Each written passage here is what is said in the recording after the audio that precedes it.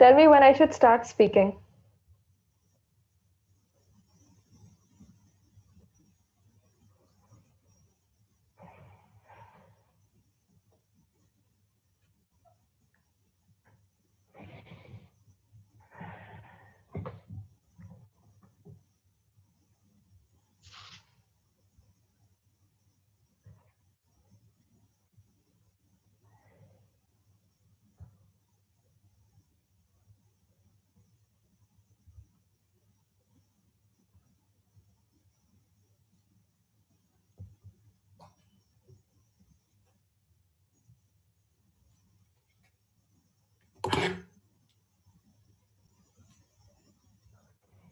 Good evening, everyone. As you all know, today, the 2nd of May, is celebrated as International Astronomy Day. On this occasion, it is Astro Club's humble pleasure to have Professor Yashwant Gupta here to give a lecture. Professor Yashwant Gupta is an astrophysicist, professor, and the director of the National Center for Radio Astrophysics of the Tata Institute of Fundamental Research. He is known for his research on pulsars. He holds the position of Dean in GMRT Observatory near Pune. He is also a member of the SKA Board of Directors.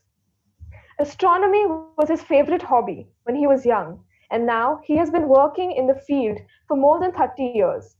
He has been awarded by the Shanti Swarup Bhatnagar Prize for Science and Technology, one of the highest Indian science awards, for his contributions to physical sciences in 2007. We extend the warmest welcome to you, sir. Thank you, and good evening to all. It's a pleasure to do this, though it is a bit different from giving a normal talk to do this remotely. But I'm looking forward to this, and I expect it to be as interesting as giving a live talk to a live audience. So, what we will do is we will get going, and I'll request all the listeners to reserve their questions for the end, and I'll try to answer them as best as possible rather than breaking the flow as we go along. So, what I'm going to do is a brief journey through the universe with all of you and to see what is it that we can learn about the universe, and equally importantly, how do we do it. Okay, so both parts of it is we will be covering. So in that sense, there are three main parts to the talk: the basics of astronomy and a historical perspective, and then beyond light, what is it that we can see from other wavelengths in astronomy. And finally, in the end, from all of this, what is it that we have learned so far and where do we stand? Okay, so let's start with the background. So as we all know that astronomy is the oldest science, and it started from the time mankind turns his gaze upwards to try and understand the heavens. And obviously, it started in the early days with the use of our own eyes, because they are the natural detectors for light waves. But very soon, it evolved dramatically with the invention of the telescope. And again, most of us know this, that it was this gentleman, Galileo Galilei, who turned the recently invented telescope to look upwards into the sky, into the heavens. And in that process, he revolutionized astronomy forever, because a whole flood of new discoveries and new ideas came to light because of the power of the telescope. And so, if you look at this, how the power of the telescope, optical telescope, has grown through the ages, then you can see from Galileo's very modest telescope, all the way through what Newton built and used, and what Herschel used, and then we go on to the bigger facilities like the Mount Wilson telescope in 1917, to the Palomar telescope about 30 years later, and then to the more modern telescopes, which you see on the bottom on the left, which, as you can see, are huge mammoth structures which are being built, and some are actually still under construction. And so you can ask, well, what is going on here? And the basic common theme here is obviously that the bigger is better. And you would say, well, that's normally quite obvious that bigger is better. But it's useful to understand that why bigger is better. So when we look at it, we can think of at least two good reasons why bigger telescopes work better. So one, of course, a bigger telescope more light because it has a bigger aperture, and therefore it can see fainter sources. And so therefore it's a bit like when you dilate your eyes when you go into a dark room and you're increasing the aperture and collecting more light so that you can see better in the dim conditions. And so what that means is that dimmer and fainter objects can be seen more easily. That means the telescope is more sensitive. But there is another advantage, that is, the bigger telescopes provide higher magnification. What does that mean? That means that you can distinguish between two nearby objects or two nearby sources in the sky. This is also known as resolution in the technical terms. And it so happens that both these quantities depend on the size of the telescope. The sensitivity obviously goes as the area of the telescope, so it goes square of the diameter. The resolution, this comes from the diffraction theory. It goes as the ratio of the wavelength divided by the size of the telescope. So for a given wavelength, the bigger you make the aperture, the smaller is the resolution, which means closer by objects can be resolved better by a telescope. And for a telescope of a given size, if you reduce the wavelength, or if it is operating at a lower wavelength, then it will have a better resolution than if it was operating at a larger wavelength. And so these are concepts that we will see later on as we go along. But this is the basic reason, and we'll illustrate these with a couple of examples. So here is one of our favorite objects, the moon. And if you look at the top left, then this is what the moon would look like to a typical naked eye view. And then when you look at the top right, and from then to the bottom left and the bottom right, you can see that this is what the moon would look like as you were to look at it with different telescopes of increasing aperture. And so what you can see is that from the fuzzy circular object, you can start making out more details. Fainter objects become more clearer, and objects which are otherwise very close to each other, they start separating out and you can see them more clearly. So these are the two effects that we are talking about, sensitivity and resolution. And we will look at it with another example. And this again is one of favorite objects, the Andromeda Galaxy. And many of you would have tried to look for it with your naked eyes, and you can see that in a dark, in a dark night when the seeing conditions are good. It lies in the constellation of Andromeda, and that's why it gets its name, the Andromeda Galaxy. And when we look at it with different optical telescopes, this is what happens. On the top left, it's just a fuzzy patch that you can see, which, like I said, in very good conditions, you may be able to see it with the naked eye, but the smallest of the telescopes will show you that. And then as you put bigger and bigger telescopes to look at it, you will start seeing more and more details. So again, the same two things. One, that objects which are fainter, like for example, some of the much fainter background stars start becoming clearer, as well as stars in the galaxy. And you can start separating out and resolving the structure of the galaxy, and you can start making out the details of the galaxy. Okay, so that's the two important things. And then we ask, well, what happens? Is there life beyond optical astronomy? And as you know, that light is one form of electromagnetic radiation. It is part of a much wider spectrum of waves, which go all the way from the very low frequency radio waves to the very highest frequency of gamma rays. And this is a pictorial depiction. What this shows is the wavelength of the radiation, the red trace, going from long wavelength radio waves to shorter and shorter and shorter wavelengths, that is higher and higher frequencies, all the way up to gamma rays. And just for comparison, are shown objects which are of comparable size to the wavelength. So radio wavelengths are quite large, can be kilometers to meters, all the way up to centimeters and millimeters. And then you go into the infrared, and then the visible light, as we know, and even shorter wavelengths, 10 to the minus 8 meters, and then X-rays, and then gamma rays.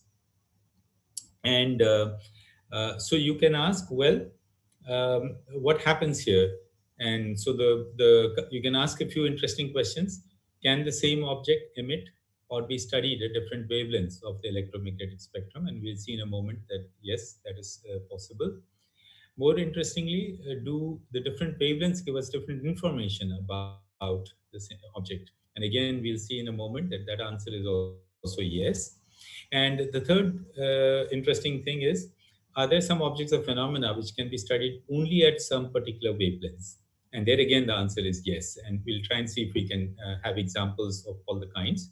And but even before that, you can understand this from a much simpler example, an analogy. So this is my picture. That's what I would look like at optical wavelengths.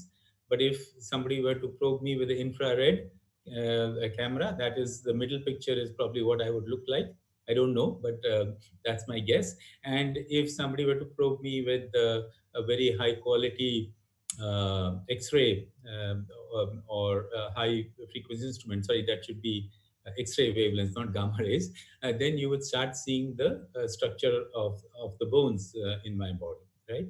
And so what this tells you is that yes, and this is how even your doctor does it. He would examine you in by different methodologies, and to find out what really is the problem and what may be the best solution. And an analogy of that is that astronomer can look at the same object at different wavelengths and get complementary information which allows the astronomer to understand the physics of the universe much better.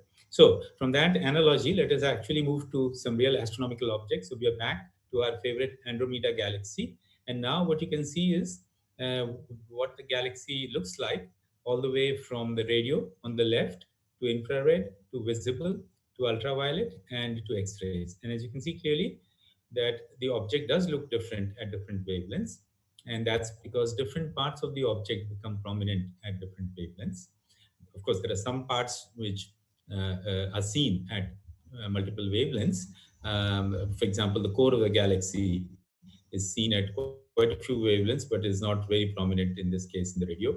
And there are other parts which become prominent at other wavelengths. And so this would allow you to synthesize a much better picture of the galaxy. We'll look at another example, and this is the Crab Nebula. And again, many of you may know about this because it's a very popular object. And it on the left-hand side, you will see the images from the radio, infrared, optical, and X-rays. And again, you can see that there is quite a bit of change in the nature of the object as we go. And what is shown in the middle is some kind of composite that has been built by combining all this information, including understanding what effect the neutron star or the pulsar, which sits at the center of the nebula, may be having on the physics of the activity in the nebula itself. And that can be coupled with a model of how a pulsar works, and then you get a full composite picture of how the Crab Nebula functions or what's happening there in the physics over there. Okay, so we then ask this question, well, the answer to which we were looking, yes, that studying the same object in the universe at different wavelengths can give complementary information, and hence a more complete picture can be assembled. And some objects or phenomena in the universe can be seen only at specific wavelengths. So in the previous example, the pulsar in this case is again not seen at all the wavelengths. So Crab is one of the exceptions. It is seen in many number of wavelengths, but many other pulsars are seen only in radio waves, for example. And if radio astronomy was not there, you would not know about many of these objects. Okay, so the question to ask is, well, are there any difficulties or hurdles in having this multi-wavelength astronomy?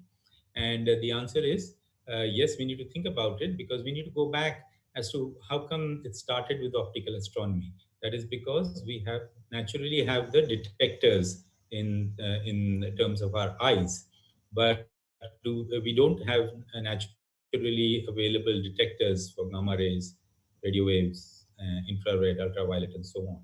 And so one needed to find the detectors, discover them, build them, and learn how to use them.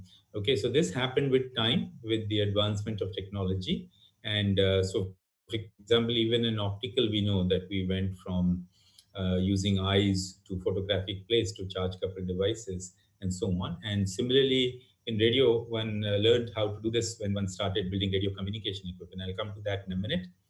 And there is the other hurdle that do all of these wavelengths actually reach us? And that answer is no. And we know that from an analogy of the ozone layer. We know that the ultraviolet rays from the sun are actually blocked by the ozone layer for our benefit, which means that ultraviolet rays from other objects also would not come through.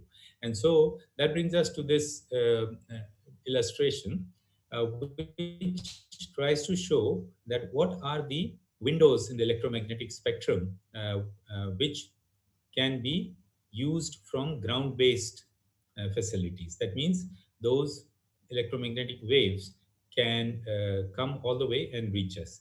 And so, what this shows is the top panel shows what is called the opacity. That means how opaque is the Earth and its environment to radiation of different wavelengths. And so 100% opacity means that particular wavelength is completely blocked from reaching, and 0% opacity means that the Earth and its atmosphere and ionosphere are fully transparent, and that wavelength can reach us almost to the ground level.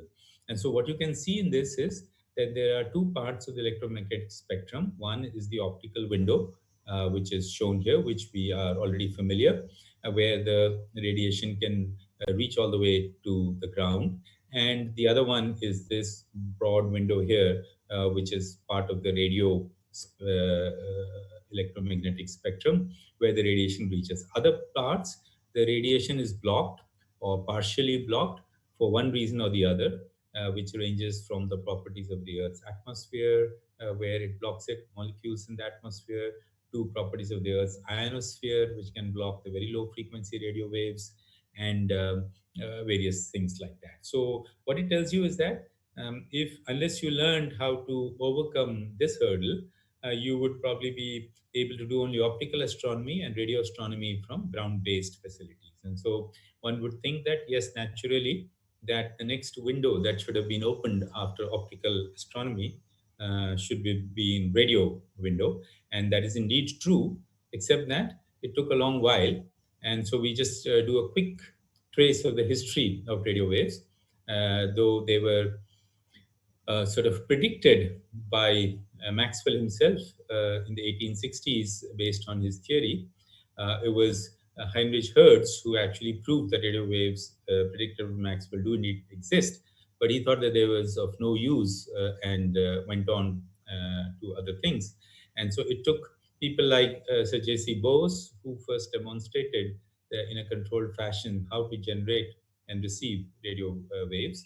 And again, he did it as a scientific curiosity, and it was Marconi who actually both demonstrated and then put it to practical use in terms of saying, well, we can use this for communications and sending messages. And so he was the first one who actually did that. And in doing that, we learned how to make the detector or a receiver that can receive incoming radio wave and make sense out of what is coming in. And so that brings us to the basics of how a radio telescope works. In basic principles, it is no different from your satellite dish, because like a satellite dish that is shown here on the right, it collects radio waves coming from far, brings them to a focus at the focus point, where it is converted to electrical voltage. That electrical voltage is amplified and filtered and brought to a level where you can then detect the energy that came in the electromagnetic wave, which was converted to the voltage, and then see if you can detect sources coming from the direction in which the antenna is pointed.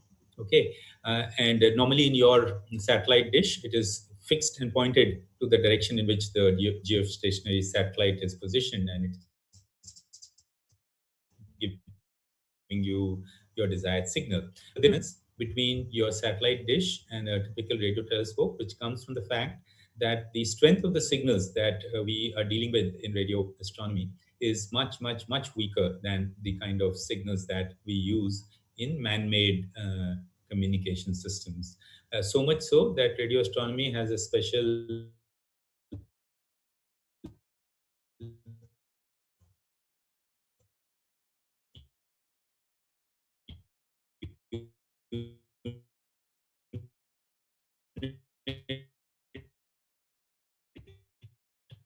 of its own called 1 Janss frequency of the transmission. Okay, and so the input power to a typical radio telescope is very small. It's like, if you understand electrical engineering, it's minus 100 dBm, where 0 dBm is 1 milliwatt of power. But if you don't understand electrical engineering, that's all right.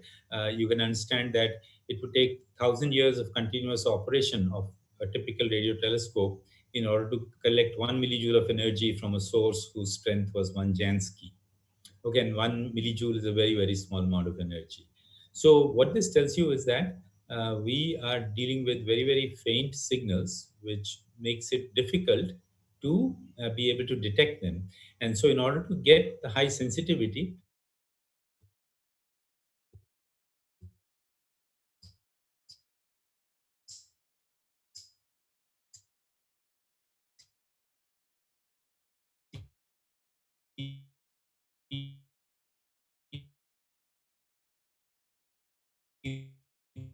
these faint sources, you would have seen the mounted signal that's picked up, which comes either from the electronics itself or from the outside.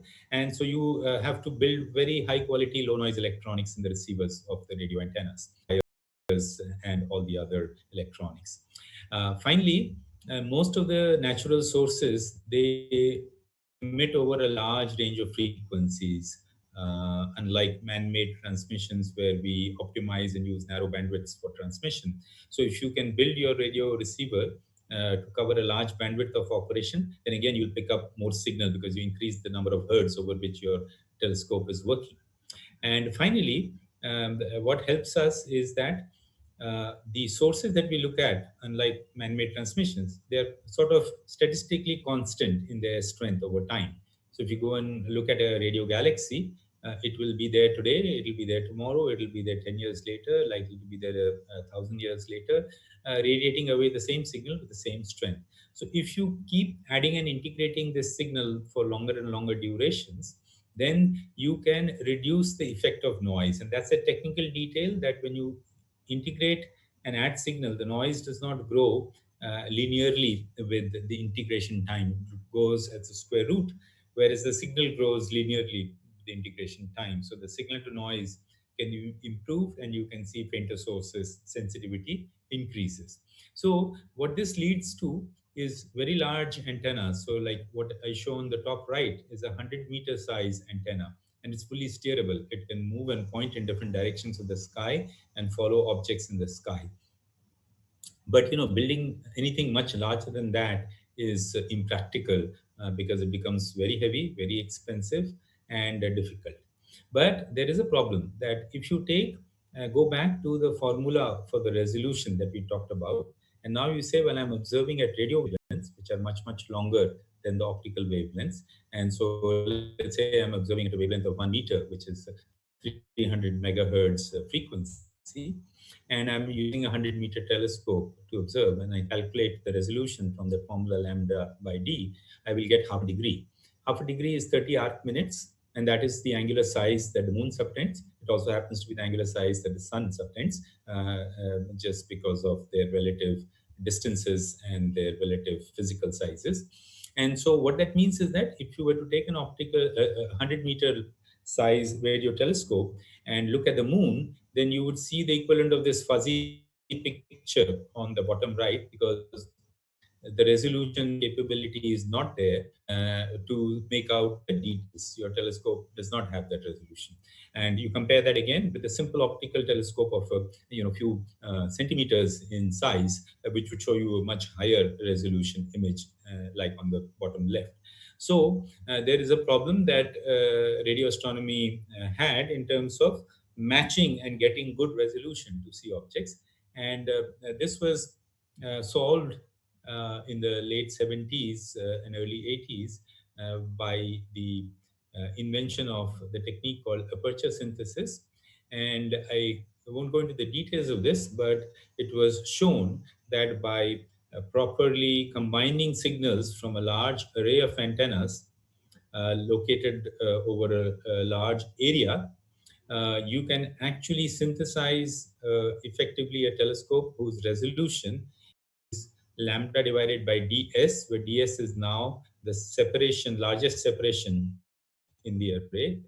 Effectively, it's the diameter over which the array is spread out on the Earth, as compared to the diameter of the individual antenna. So now you can have relatively modest size antennas, and but spread them out over kilometers in distance, and be able to combine the signals and get synthesize a radio telescope whose effective diameter is kilometers or even more.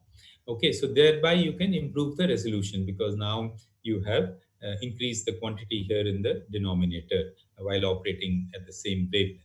And so this is now a standard practice, and most modern radio telescopes are not single antennas, but are arrays of antennas configured in different ways in order to maximize the performance. And we'll just briefly look at our own giant meter wave radio telescope as an example.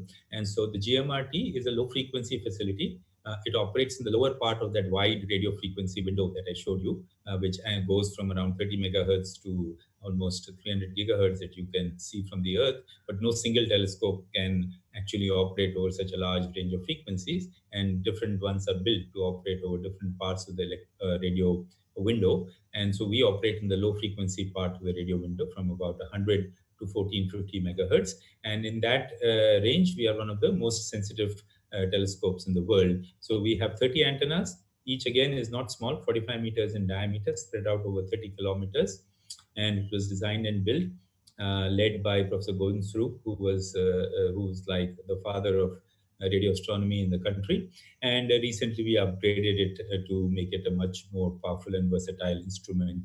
And so this is you can get an idea of the scale of the antennas, what it means to be a 45-meter size antenna. So this is 30 meters high crane that is required to reach and work at the focus of the antenna.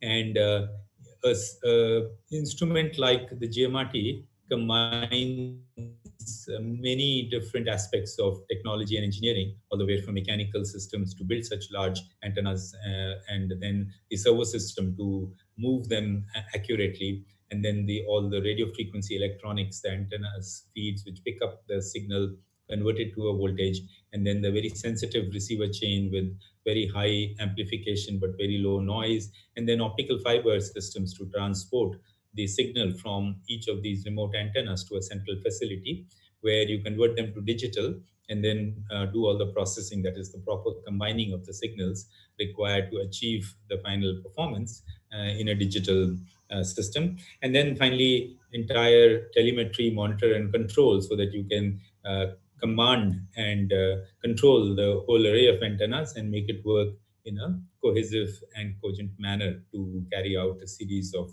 observations. And then finally, offline data processing software, so that the products that are delivered from the hardware of the telescope can then be converted into images, radio images that you can make sense of.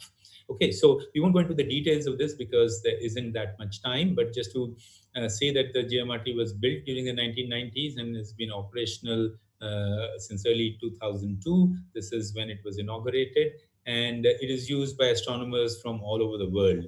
And you can see here that about 50% of the usage of the GMRT comes from astronomers from various countries, and about 50% from astronomers from within India.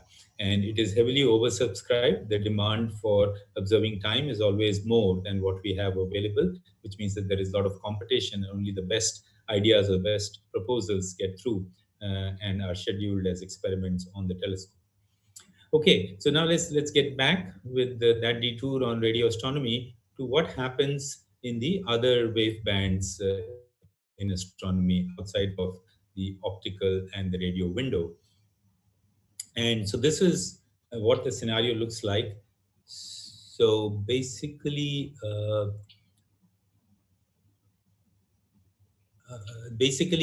the uh, since those wavelengths can't reach you on the ground, you have to build telescopes which are carried aloft either on high altitude aircraft or on spaceborne payloads, which are sent with rockets out to outer space and launched as space telescopes. And we all know about the Hubble Space Telescope and various other telescopes which are operating in the infrared, ultraviolet, X-ray, and gamma ray. And so this allows you to have astronomy done over different parts of the electromagnetic spectrum by overcoming this last hurdle, which is the accessibility of those particular wavelengths. And we'll just look at a couple of examples. So this is the famous Spitzer telescope, which was operational till recently in infrared. So Fermi, similarly in gamma rays. Hubble, which is still operational, still waiting for its replacement, which will come shortly. And Chandra, which is the X-ray observatory, and Kepler, which is the one I think many of you will know, which is the one which has found so many exoplanets, and the Kobe, for example, in microwave frequencies.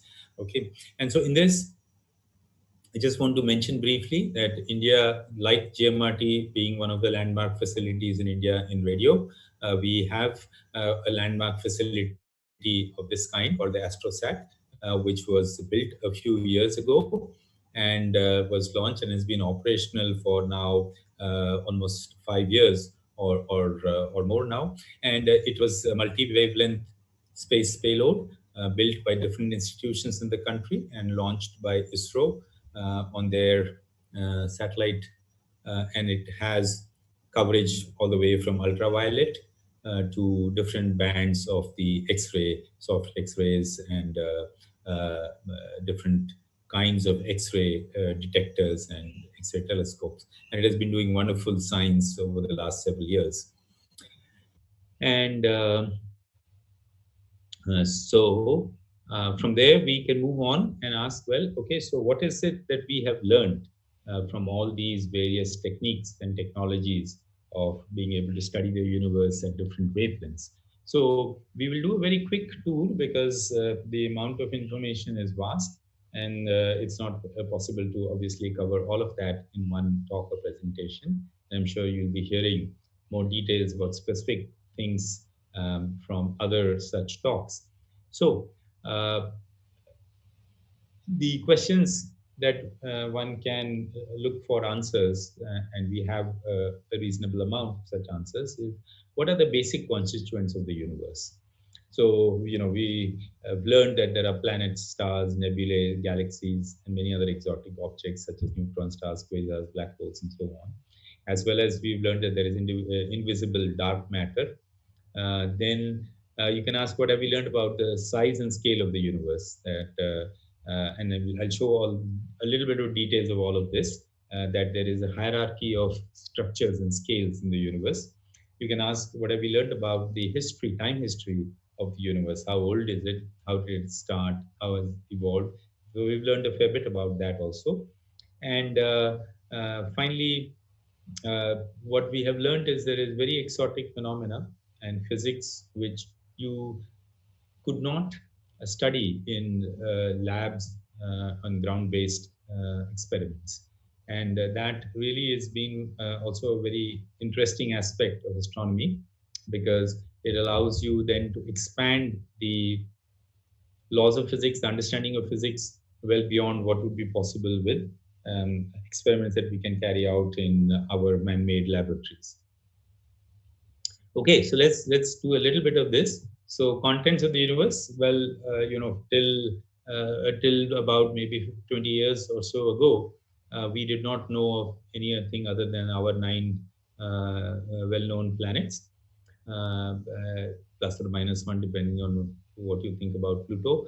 But what has happened now is that there are hundreds of planets which have been found over the last 15, 20 years around other mostly nearby stars in our galaxy.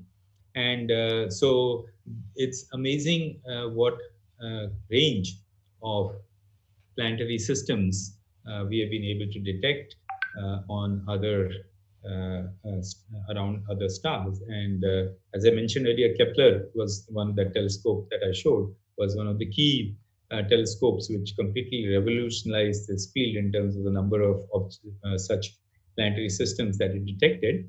And there are now follow-up experiments and telescopes which are pushing this horizon even further and further.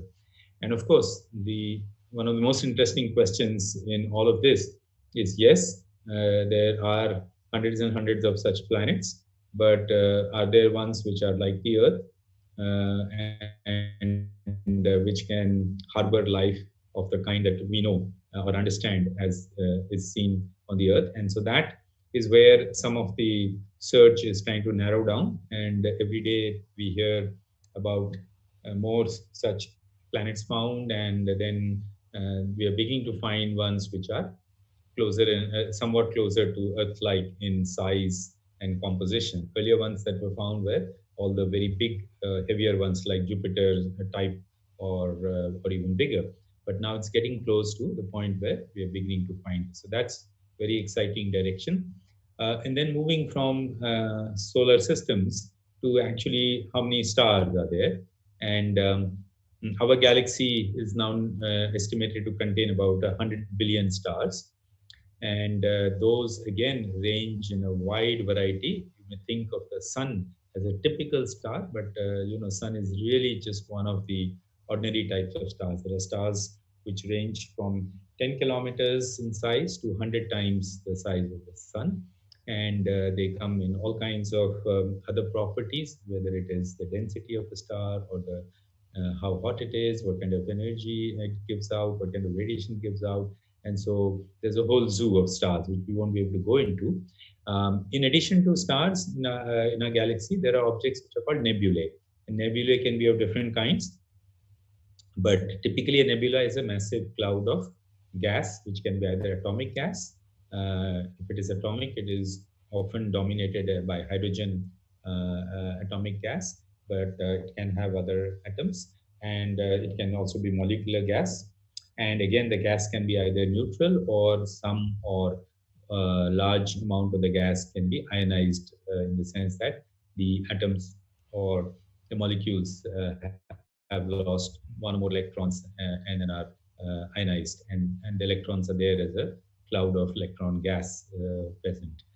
And finally, it's estimated that there is as much matter in the gas nebula in our galaxy as there is in the 100 billion stars. So about a similar amount is out there in our galaxy in different forms, from neutral hydrogen to molecular clouds of different species. And they all show up in different ways in this collection here, where you can see the phenomena that happen there, producing all kinds of visible patterns of very interesting and exciting and astounding sometimes kind of objects. From there we move to, so that's a very quick picture of our galaxy. And then you ask, well, how many galaxies? And today we estimate that the universe contains more than 200 billion galaxies, just like we estimated that our galaxy itself contains about 100 billion stars more. And once again, in that whole realm, the galaxies come in all kinds of sizes, shapes, morphology, and with our own galaxy, Milky Way, being again one of the middle kind of galaxies. There are galaxies much smaller than the Milky Way, which are called dwarf galaxies, and there are gigantic galaxies which are much, much bigger than the Milky Way, which also come in different shapes and configuration, not just the typical spiral galaxy that we are used to when we think about a Milky Way, but there are all other large elliptical galaxies and galaxies which are forming lots of stars. There are galaxies which are not forming so many stars. There are galaxies which radiate very strongly in radio waves, shooting out large jets of matter, and so on. And so there is again a wide phenomena in the galaxies.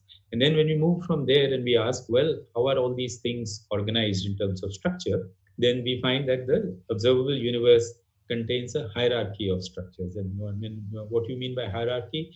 So hierarchy means that there are different scales or sizes, starting obviously from scale of a planet to the next scale being that of a solar system, and then from there to the interstellar neighborhood in the sense of clusters of local cluster of stars, from there to many such clusters in a galaxy, and from there to a local cluster of galaxies, for example, local galactic group, which has the Andromeda galaxy as one of the galaxies in our group, along with the Milky Way, and then groups of such galaxies making a supercluster. And so this is an example of the Virgo supercluster, of which our local galaxy cluster is a part. And then there are local superclusters, which are conglomerates of such clusters. And finally, at the largest scale, the universe has very large scale structures where these superclusters are arranged in certain patterns, which may be like, having structures which have much larger extent than this. So that goes on till we reach sort of till the edge of the observable universe. And there, that is the largest hierarchy or the largest scale that we know about today unambiguously. And then we can ask in that context that what has been the evolutionary history of all this? And the universe has been now estimated to be close to 14 billion, some 13 point something.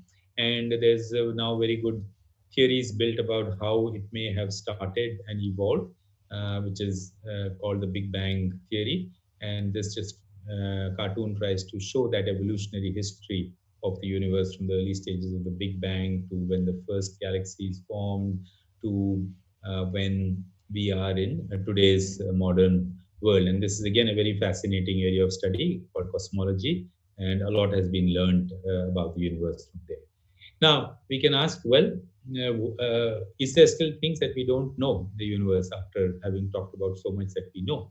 And actually, it turns out that there is. So, all these things that we talked about, be it stars, galaxies, or clusters of galaxies, or whatever, is all what we call normal matter, baryonic matter. And that is what has been now established is that this is just about 4% of the total budget of the universe, in the sense that universe has other kinds of matter, and that is something that is called dark matter, which is not seen by any of our methods. That means it does not put out any of these electromagnetic signals that we talked about over the entire electromagnetic spectrum, but its presence is known because of gravitational interaction with normal matter.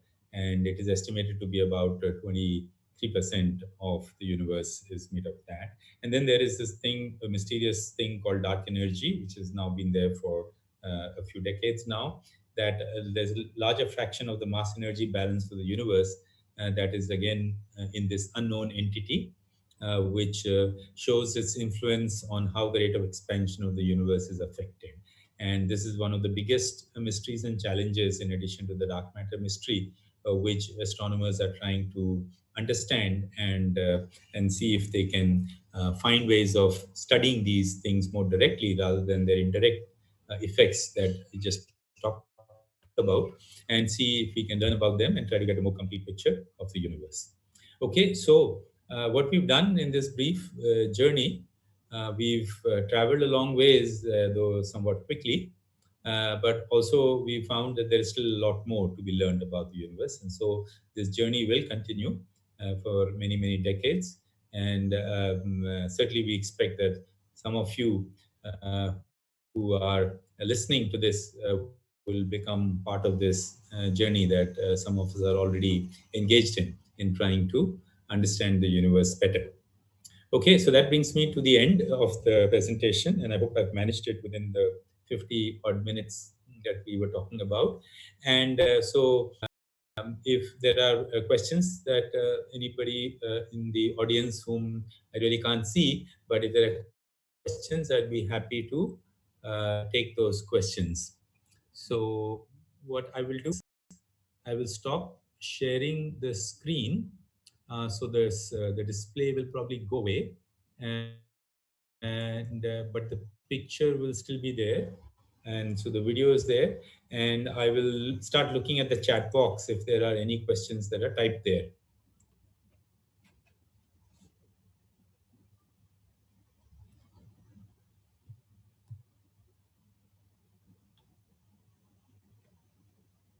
Okay, so I hope that people were able to hear it and see the slides clearly.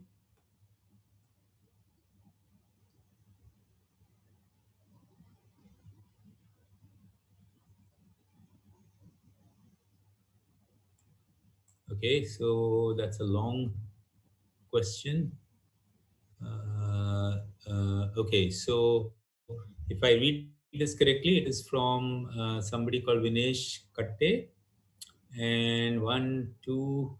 Oh, okay. There's a multiple questions here. All right. So let me see. So I'll go sequentially. So the first one from Vinesh says, which frequency is best situated telescope to observe the movement of corona of the sun? Okay.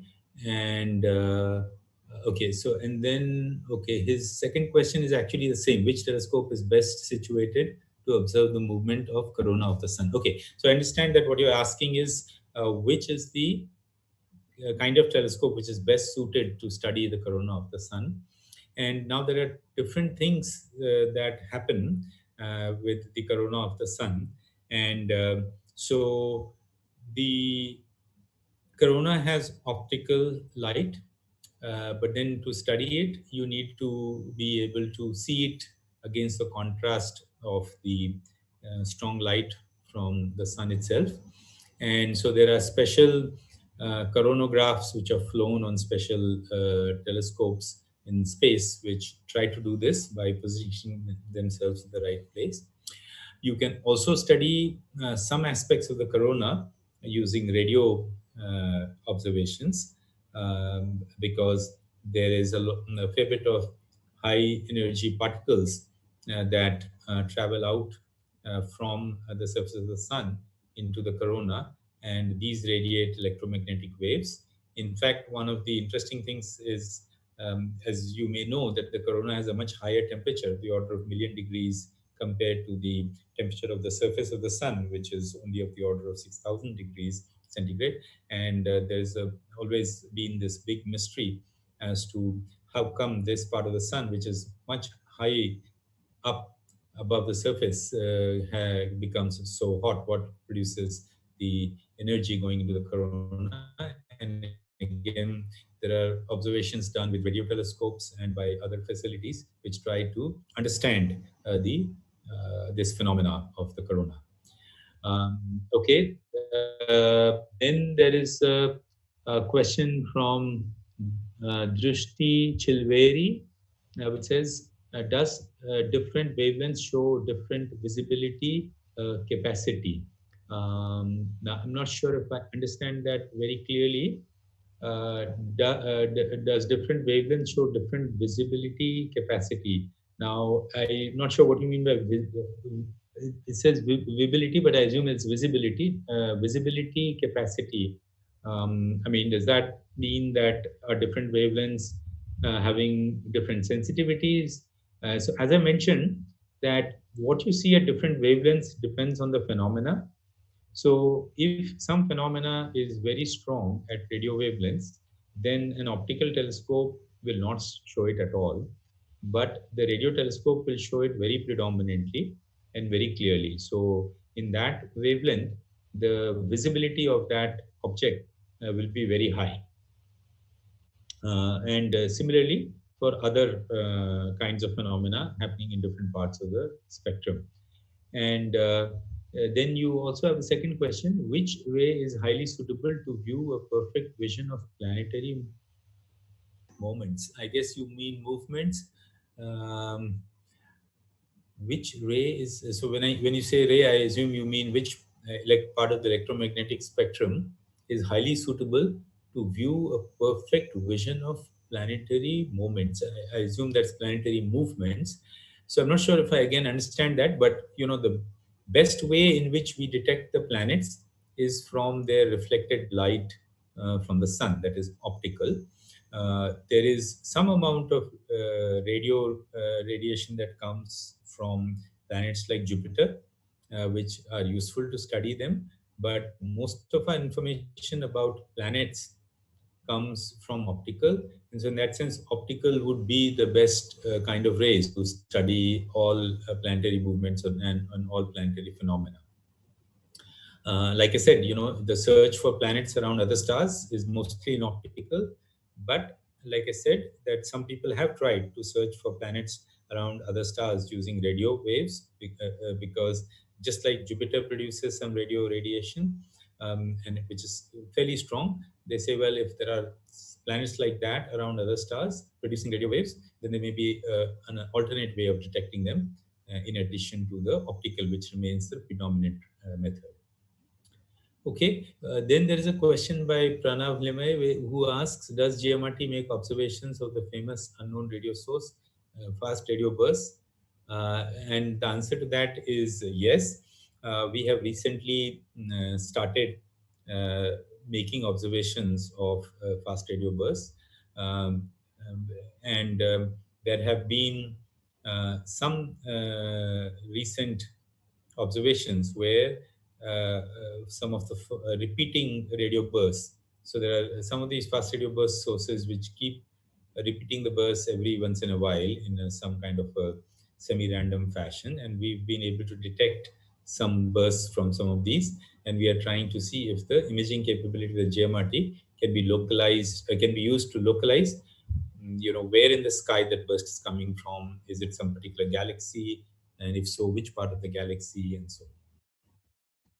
So that kind of work is beginning to happen now at the GMRT. Then there is a question from Viren Mangaone, who's asking, we know that we use Cepheid variables for the observation of the Hubble constant. Can't there be a different way of measuring? Okay, well, so there are different ways of measuring the Hubble constant. I won't go into the details. And in fact, one of the problems that astronomy today faces is that these different ways of estimating the Hubble constant, some are more direct, some are less direct, give a range of values of the Hubble constant, not all of which agree with each other within the error bars of the estimation. And so there is a bit of a mystery as to what is the most correct and accurate value of the Hubble constant, and therefore, which is the most reliable or accurate method for determining it. So I'll just say that and stop so that you can go look it up. I mean, if you ask for the various ways of measuring the Hubble constant, you will find that there are a few different ways in which it is possible. Can we use the weak lensing? Won't allow us to expand our vision of the universe as the power would be less. Okay, so I think it's the same person asking that question. Can we use the weak lensing won't allow us to expand our vision of the universe as the power would be less. Okay, I'm not sure what you are trying to ask in that question. If you clarify it, maybe I can try to come back to this question. The next one I see as I scroll down is from Abhishek Kulkarni, who asks how the radio communication signal between satellites is filtered out from desired signals. Okay, so you're asking that in radio astronomy, how do we handle the man-made signals that are coming? And that's a very good question.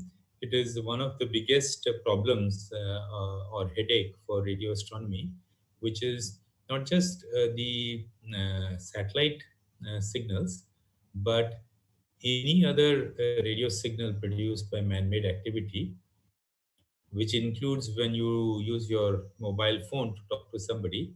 It is actually transmitting to the nearby tower. The tower is transmitting to the phone, and there are towers all over the place, and there are phones all over the place. when you um, even when you run your petrol engine, there is a spark plug in every engine, and a spark produces radio waves. I mean, that's how J.C. Bose and Marconi first generated radio waves by producing a spark to jump across two high voltage points. And so there are all kinds of man-made radio signals. Some are like communication signals, some are unwanted, like a spark from a spark plug is something that just is producing unwanted radio signals. And we have to do a lot of work to filter these out, and there are various ways of filtering. Some of them depend on the frequency range. So if you know that the satellite transmission is over some range of frequencies, then we put a filter in the electronics to block those frequencies so that it doesn't corrupt our signal as it goes further downstream. Which means that over that range of frequency, we lose the capability to make any astronomical observation because we have blocked that. But you can't do much if that man-made signal is very strong. Then there are other techniques where man-made signals may occupy a large range of frequencies but are coming and going in time. So a spark plug is like that. Whenever the spark comes, there is interference. But the rest of the time, when there is no spark, there is no interference. And you can build some clever filters in the time domain so that you remove that small piece of the data in time when the spark is there, and use the rest of the data for the radio astronomy observations. So there are various techniques that we use in order to block these, including when we observe the radio telescope and we are following some object in the sky. And if we know that the path is going to cross a satellite, then we can take some action. There can be a warning generated beforehand, and the observing program can be modified to avoid pointing the antennas to the satellite, for example. So there are all these various different techniques that are there, but your question is very relevant, that a lot of our time and effort goes in how to handle unwanted man-made radio signals in a radio observatory. Okay, then I think the next question is from Ajinkya Kakade, who asks, do we use full array every time to observe a particular object? And what happens if any one of them has some technical problems with it? Does it affect the observations? Okay, so you're asking in the context of a radio telescope array. And the first order answer to your question is yes, that the whole idea of building that array was to be able to combine the signals from antennas spread out over large distances in order to get a high resolution. And so you really don't want to leave out any of the antennas in the array when observing the sources most of the time. Now, there are some specific kind of science requirements where you may not be interested in the detailed structure of a source, but we just want to understand the broad nature of the source. Then that kind of observation is done differently with some combination of the antennas. So though that does happen, but 90% of the time we will be using the full array for observing any object. And then you ask the question that what happens if one of them stops working due to a technical problem that is one of the antennas? And yes, that does happen. And so the effect of that is that the capability of the array is partially degraded. And so, if there are n antennas, and like in GMRT, n is 30, and if one antenna stops working, 29 antennas is still a very good array to work with. In fact, when we operate the GMRT, we have a goal that 26 or 27 antennas should be available for an observation, which means that will still give you good enough quality of data to make a high quality image.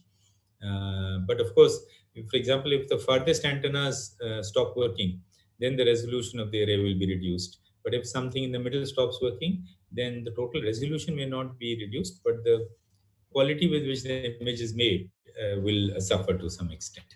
And so there are algorithms built that in order to handle this. So when you're analyzing the data, it will tell you that for this much time to this much time, this antenna stopped working, and this data then is to be ignored, and so on. So, yes, that is all done over there. Okay, so I have scrolled down to the bottom of the set of questions. If there are any further questions, I'm happy to answer them, or if anybody has any further clarifications on those questions, that's also fine. Okay, so there's now one more message here, which is now from Raj S, which says, "Does the expansion of the universe affect the study of radio astronomy?" Okay, when you say affect the study, it's I'm not sure what you mean, but yes, we observe the effect of the expanding universe in our studies. So, and the simplest way to understand that is so if you understand the details of the expanding universe, Hubble's law says that objects which are further away from us, from our galaxy, are receding from us at faster speeds as part of the expansion of the universe. Now, what happens is when some object is moving away from us and it is emitting some radio wave of some frequency, then the frequency of the wave is shifted due to the Doppler effect. I think Doppler effect is something most of you will know. And that Doppler effect we usually learn about in the context of sound waves, but it applies to electromagnetic waves also. And the frequency, if the object is moving away from us, becomes less, the effective frequency, the Doppler shifted frequency, the wavelength becomes longer. And that means that if some object was emitting signal of, let's say, neutral hydrogen gas, which is a line, a very narrow signal at 1420 megahertz, then if that is coming from a galaxy which is very far away, then its frequency will be much less than 1420 megahertz. It may be 300 megahertz or something. And so in that sense, we can study the universe at different distances from us by separating out objects which are nearby and further away, uh, because of the expansion of the universe. So, I mean, I've taken your question in the other way around, that you ask whether the expansion of the universe affects the study. Yes, it does, in the sense that if the frequency of some signal has changed, your receiver has to be able to cover that frequency to observe that object. But once you understand that and you build receivers which are like that, then you can study objects where the expansion of the universe is causing the signal to come at different lower frequencies, and then you can therefore separate out the objects by distance. And the further away object, you will know, because it's further away, because there is no easy way of measuring the distance.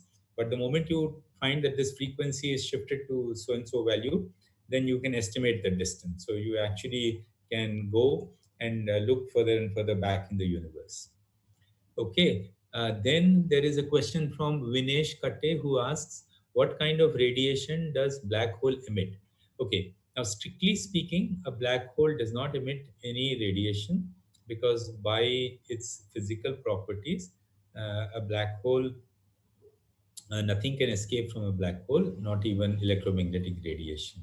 But what happens is the environment around a black hole is affected by the black hole, and signals coming from objects which are nearby to the black hole but not part of the black hole can be studied, and those allow us to infer the properties of the black hole. So, you would have seen this first image of a black hole that came out last year and created such a lot of excitement.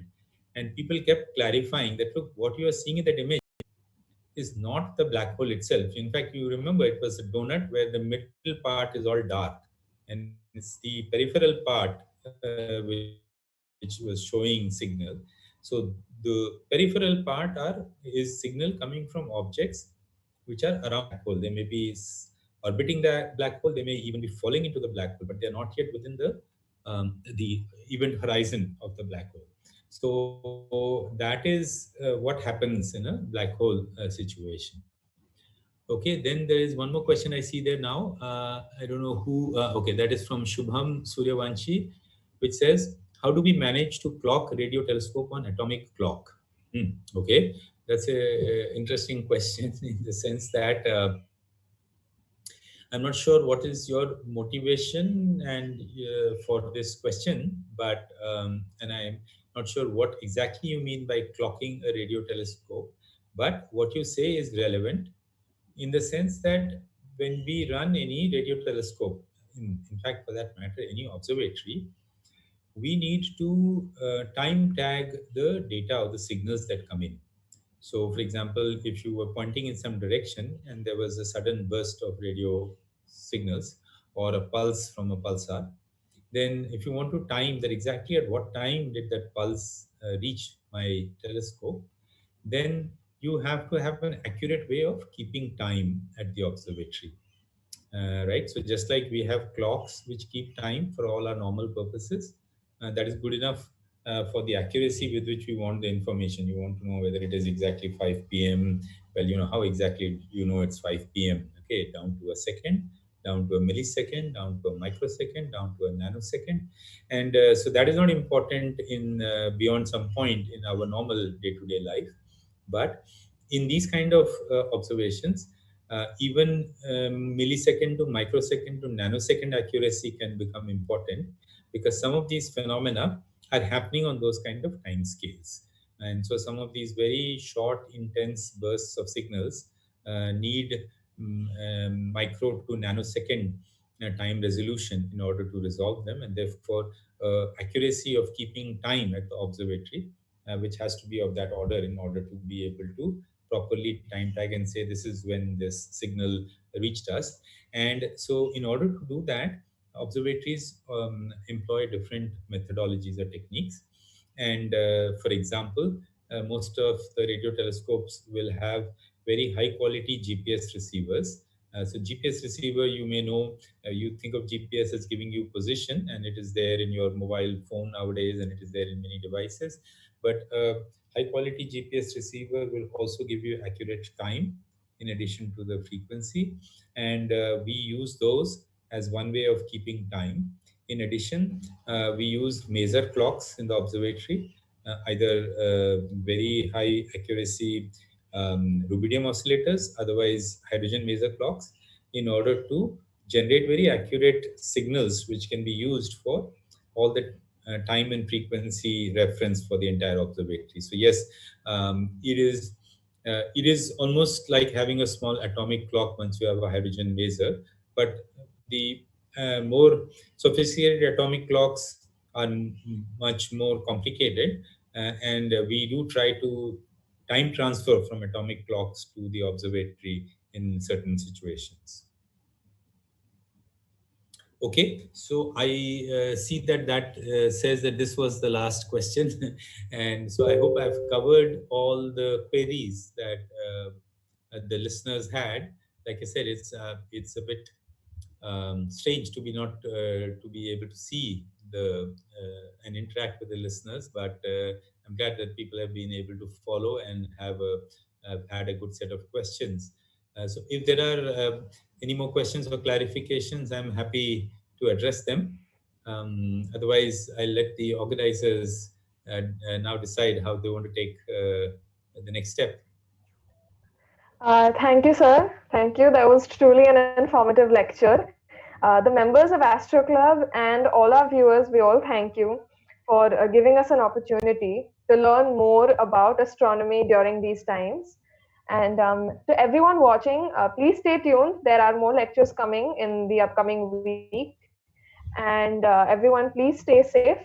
And we will be back with more lectures. Thank you.